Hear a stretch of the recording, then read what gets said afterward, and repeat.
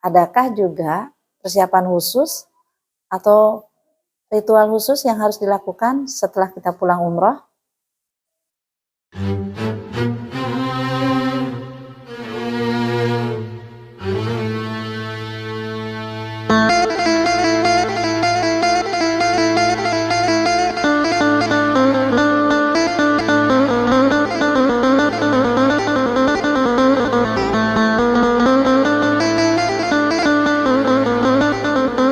Assalamualaikum warahmatullahi wabarakatuh. Alhamdulillah, salatu wassalamu ala rasulillah wa ala alihi wa sahbihi wa mawala.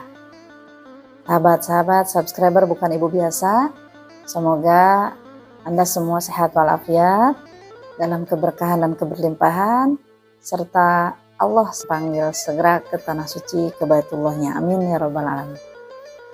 Nah, sahabat-sahabat subscriber Umi, alhamdulillah hari ini jumpa lagi, masih akan membahas seputar umroh. Mungkin ada dari teman-teman yang bertanya, sepulang umroh apa sih yang harus dilakukan? Setelah sebelum-sebelumnya banyak, bahkan Umi bahas tentang bagaimana persiapan sebelum umroh. Nah, kalau sepulang umroh bagaimana? Adakah juga persiapan khusus atau ritual khusus yang harus dilakukan setelah kita pulang umroh? Simak dalam video berikut ini. Jangan lupa dukung dengan like, share, dan komen, serta subscribe bagi yang baru bergabung. Terima kasih.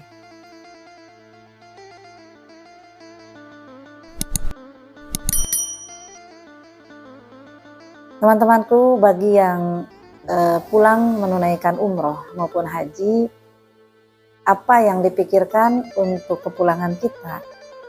Biasanya paling pertama adalah oleh-oleh, betul tidak? Ya. Bahkan bukan hanya menjelang pulang, pada saat kita sedang di tanah suci, bahkan sebelum berangkat ke tanah suci, oleh-oleh ini menjadi topik, pikiran, beban yang menyita perhatian kita lebih besar daripada ibadah-ibadah lainnya. Dan ternyata oleh-oleh ini bukan bagian daripada persiapan kita saat pulang umroh. Tidak ada kewajiban apapun memberikan oleh-oleh. Nah, yang Umi bahas kali ini bukan oleh-oleh itu ya. Karena itu sudah pada maklum, pada mafhum, pada tahu, pada ngerti sendiri bahwa setiap bepergian pasti menyiapkan oleh-oleh. Silahkan disimak aja di video-video bab oleh-oleh. Yang akan Umi berikan dalam video kali ini adalah persiapan kita saat kepulangan menyangkut hal-hal yang disunahkan oleh Rasulullah SAW yang merupakan bagian dari rangkaian ibadah serta insya Allah menjadi pahala luar biasa untuk kita. Apa itu? Yang pertama, pada saat kita tiba di tanah air, terlebih tiba di kampung halaman kita, yang harus kita lakukan adalah melaksanakan sholat sunat safar. Silakan Anda berhenti di masjid sekitar rumah Anda untuk menunaikan sholat sunat 2 rakaat. Sholat sunat mutlak 2 rakaat sebagai bentuk sunnah yang sudah dicontohkan oleh baginda Rasulullah SAW sesuai hadis Rasulullah SAW.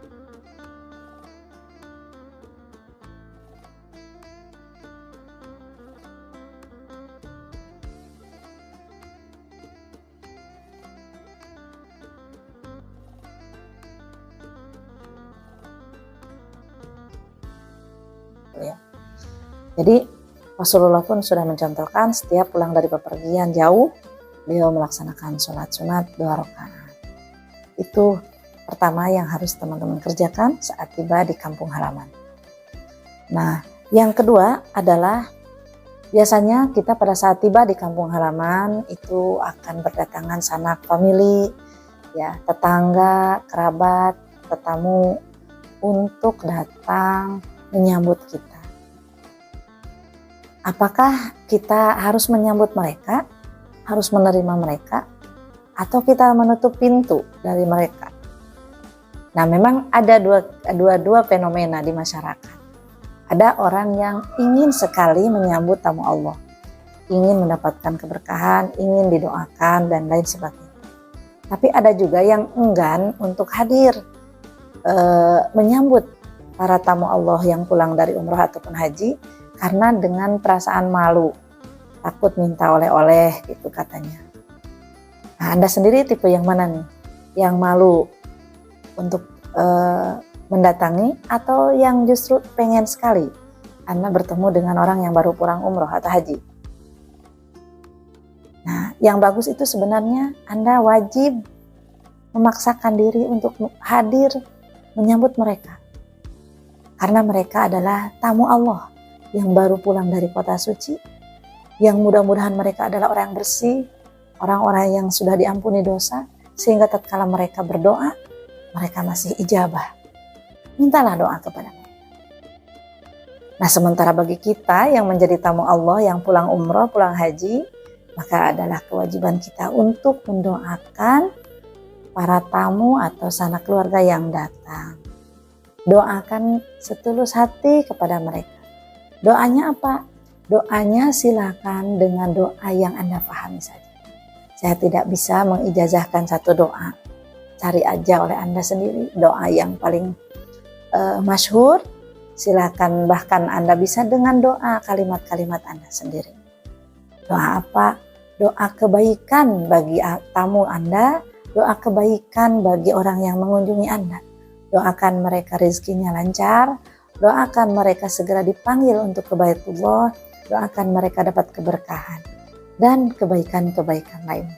Silakan, jangan pelit mendoakan orang supaya cepat umrah ataupun haji. Jangan takut tersaingi, karena mereka pergi haji atau tidak, Anda tidak akan tersaingi apa-apa. Ya, doakanlah yang terbaik, karena doa itu sejatinya akan kembali kepada diri kita sendiri. Begitu ya, paham teman-teman? Doakanlah orang-orang yang datang kepada kita. Jangan bosan, doakan. Yang ketiga, motivasilah orang lain untuk bisa berangkat umroh ataupun haji. Kenapa? Bukankah kita adalah orang yang pernah mengalami atau melaksanakan perjalanan ibadah haji maupun umrah? Tentu pengaruh kita kepada masyarakat, kepada lingkungan, kepada keluarga akan sangat berdampak.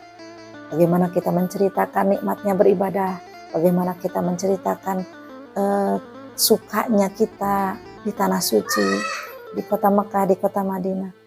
Itu menjadi motivasi bagi mereka, tetangga dan saudara kita, untuk bisa juga merasakan hal yang sama. Terus-teruslah motivasi mereka.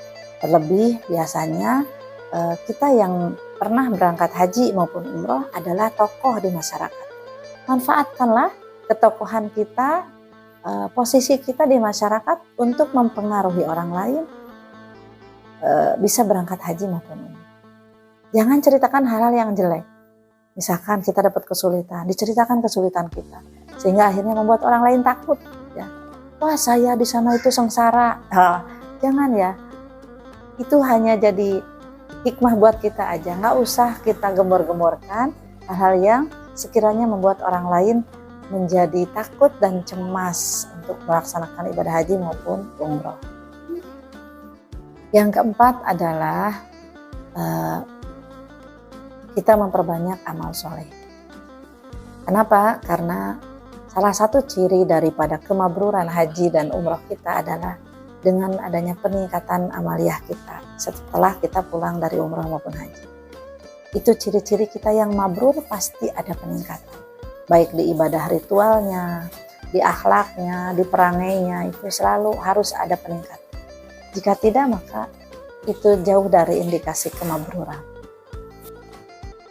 Lakukanlah kebaikan-kebaikan lebih banyak lagi daripada Anda sebelum umroh atau haji.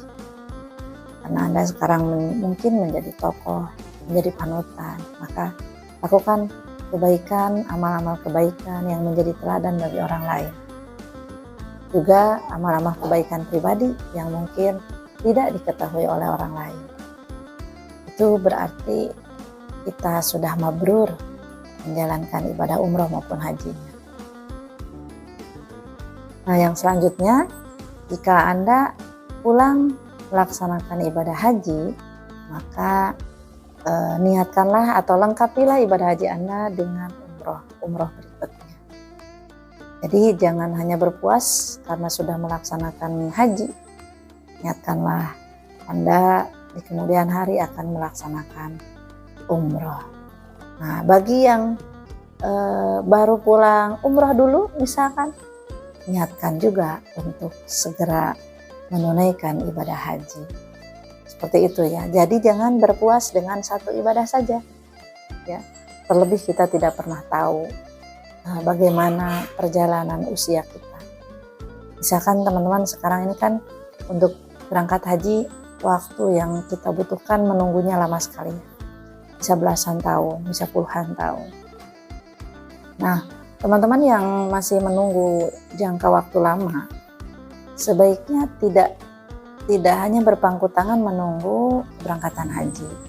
Tidak ada salahnya Anda bisa menunaikan ibadah umroh terlebih dahulu. Kenapa?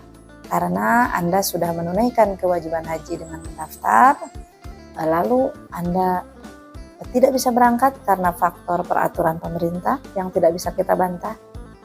Dan Anda tidak salah jika Anda akhirnya berangkat umroh terlebih dahulu.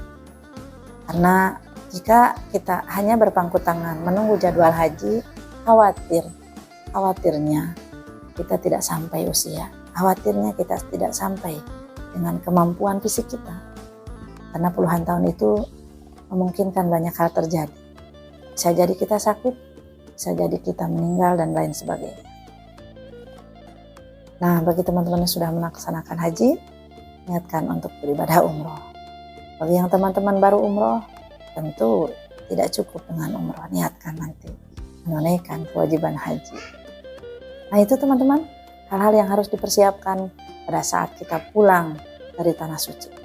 Ternyata bukan oleh-oleh yang harus dipersiapkan, tapi yang 5 macam tadi itu lebih utama untuk kita persiapkan. Masalah oleh-oleh itu adalah bumbu-bumbu pemanis saja sebagai perkat silaturahim kita, berkat ukhuwah kita bersama keluarga. Dan itu pun tidak boleh memaksakan diri, memubazirkan atau menghambur-hamburkan harta, sehingga nanti yang didapat bukanlah pahala, tetapi malah jadi dosa karena ria, karena pamer, karena bermegah-megahan. Itu teman-teman, semoga apa yang Umi paparkan ini bermanfaat. Jika teman-teman merasa ini bermanfaat, silahkan komentar di kolom komentar ya. Dan tema apa yang ingin dibahas, silahkan juga tulis di kolom komentar. Semoga menjadi kebaikan bagi kita semua. Semoga Anda bisa dimudahkan oleh Allah Subhanahu wa taala untuk bisa berangkat menunaikan haji maupun umroh. Terima kasih. Assalamualaikum warahmatullahi wabarakatuh.